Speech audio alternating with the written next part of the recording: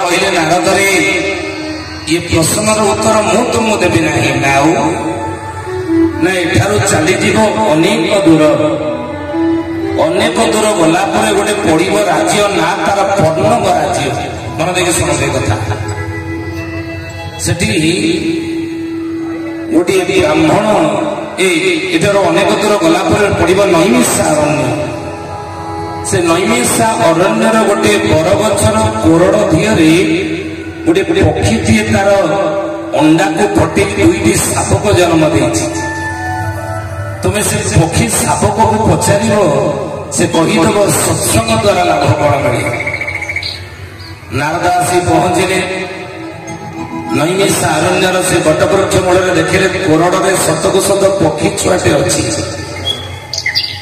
कहले प्रभु भगवान मत पठे कह सत्संग द्वारा लाभ कौन मिले। पक्षी कहले प्रभु पठे ना सत्संग द्वारा कौन लाभ मिले शुणव ना कहवाक जाऊँ तो पक्षी से छटपट ही मरीगला। पक्षी मरीजा जो नारद वैकुंठ में आसी पहुंचले प्रभु पचारे नारद उत्तर मिलला ना पक्षी उत्तर दवा पूर्व से कोरड़ भितर छटपट ही मरीगला। उत्तर मिलला ना आपण कहूँ सत्संग द्वारा लाभ कौन मिले ना ही नारद ये प्रश्नर उत्तर मु तुमको देवी ना आउ ना एठारू चलीज अनेक दूर गोटे गाँटे अच्छे से गाँव ब्राह्मण परिवार गोटे गुहाड़ बाछुरी जन्म हो तुम्हें पचार से कहीदेव सत्संग द्वारा कौन लाभ मिले। नारद आसी पहुंचले पचारे से बाछुरी की प्रभु मत पठे कह सत्संग द्वारा लाभ कौन मिले। बाछुरी उत्तर कौन दब से गुआड़ डेऊला माँ चारिपटे गोरुला से पड़ी मरीगला। नारद उत्तर न पाई वैकुंठ में आसी पहुंचले भगवान पचारे नारद उत्तर पाइले ना प्रभु उत्तर दवा पूर्व बाछुरी मरीगला। आपण कहूँ सत्संग द्वारा लाभ कौन मिले ना ना ना मु देवी ना उत्तर एटू चलीज अनेक दूर पड़ब गोटे राज्य ना तार पर्णव राज्य से पर्णव राज्यर राजा नाम हूँ वज्र भज अनेक दिनर व्यवधान पर गोटे पुत्र संतान आदि जन्म हो तुम्हें पचारि देव सत्संग द्वारा लाभ कौन मिले उत्तर पाई। नारद आसी पहुंचले सतकु सत छुआटे जन्म हो राजा राणी जो नारद को देखिले पाद तले पड़गले मन रखते कथा तद विधि परिपाते न पुरी प्रश्न न सोया पाद तले पड़गले कहले हे महात्मा आपण को जा आम आज दर्शन कर बहुभाग्य आमर जो आम परिवार आज अनेक दिनर व्यवधान पर गोटे संतान टी जन्म हो तेणु जहाँ आपणकर पाद पड़ी जदि आपणकर आशीर्वाद मो संतान को मिल हुए तो सी दीर्घायु हो तार भविष्य उज्जवल हो। नारद कले ठीक अच्छे जाए पहुंचले छुआ टी आशीर्वाद कले भाविले पचारि ना पचारे प्रथमे पक्षी को पचारे सत्संग द्वारा लाभ कौन मिले उत्तर दबा पूर्व मरीगला।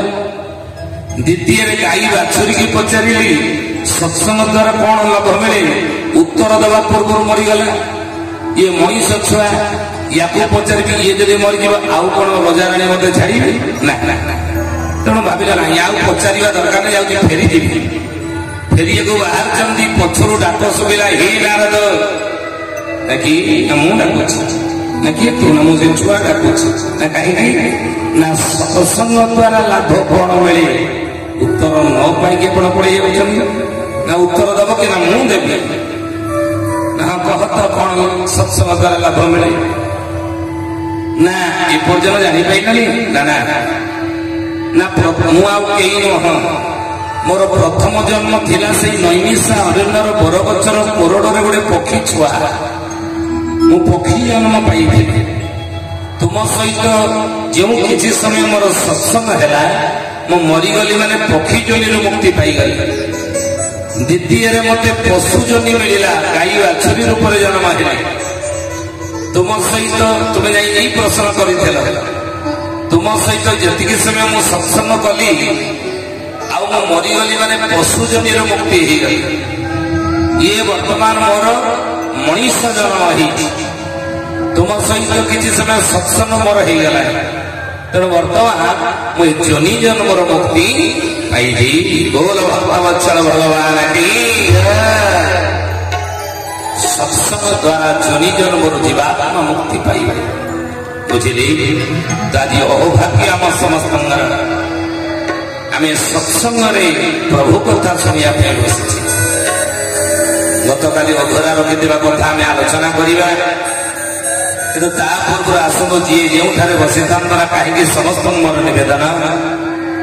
माँ मैंने हुड़हुड़ देवे भाई मैंने हरिबोल दिंतु सत्संग आरंभ करवा।